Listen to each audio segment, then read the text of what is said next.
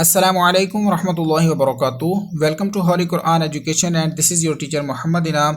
और आज की क्लास में हम पढ़ने जा रहे हैं पारा नंबर 8 में सूरत अल-अनआम, और ये इसका पार्ट 58 है जो कि हम आयत 131 से पढ़ना शुरू करेंगे। आप मेरे पीछे एक एक वर्ड सुन के रिपीट करते जाइए।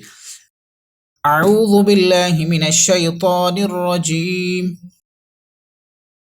बिस्मिल्लाहिर रहमानिर रहीम।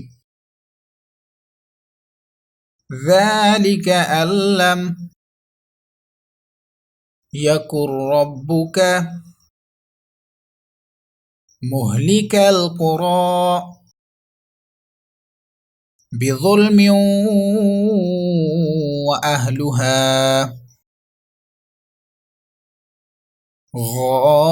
غافلون।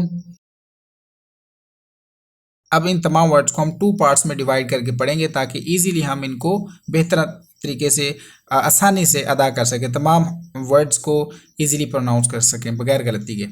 आप मेरे पीछे सुन के रिपीट करिए। ذَلِكَ أَن لَّمْ يَكُن رَّبُّكَ مُهْلِكَ الْقُرَىٰ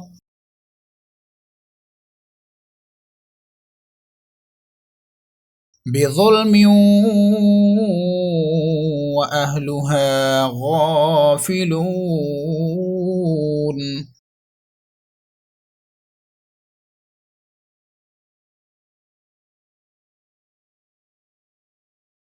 وَلِكُلٍّ دَرَجَاتٌ مِّمَّا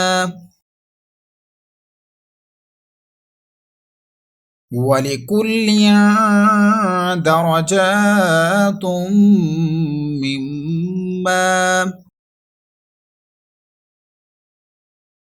عملوا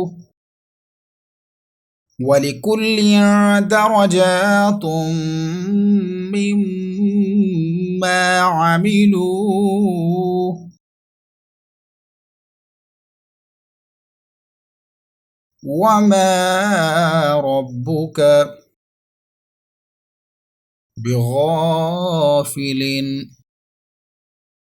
وما ربك بغافل عما يعملون بغافل عما يعملون।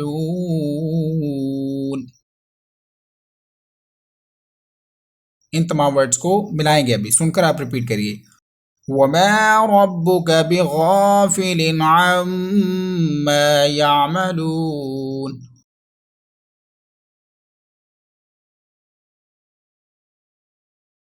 वरब्बुकल गनिय्यु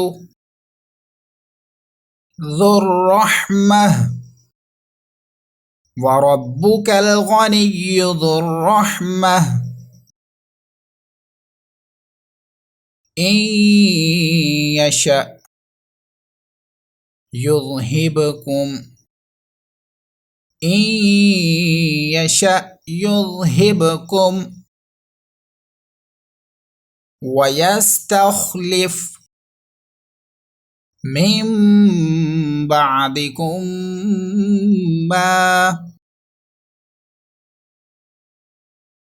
ما يشاء ويستخلف من بعدكم ما يشاء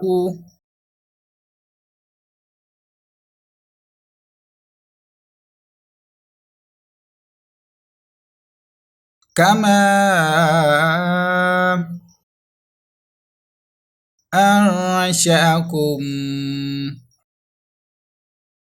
من ذرية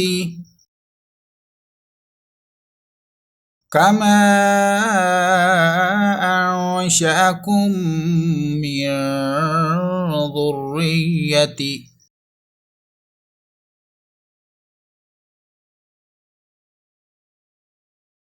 قوم آخرين ذرية قوم آخرين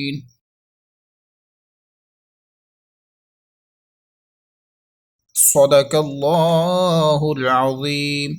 इसी के साथ आज का हमारा सबक मुकम्मल हुआ। कल इंशाअल्लाह न्यू लेसन को आयत 134 से पढ़ना शुरू करेंगे। और अगर आपको आज का लेसन अच्छा लगा है, वीडियो अच्छी लगी है, तो इसको लाइक और शेयर करना बिल्कुल मत भूलिएगा। साथ में चैनल को भी सब्सक्राइब कर दीजिए। दुआ में याद रखिएगा। अस्सलामु अलैकुम व रहमतुल्लाहि व बरकातहू।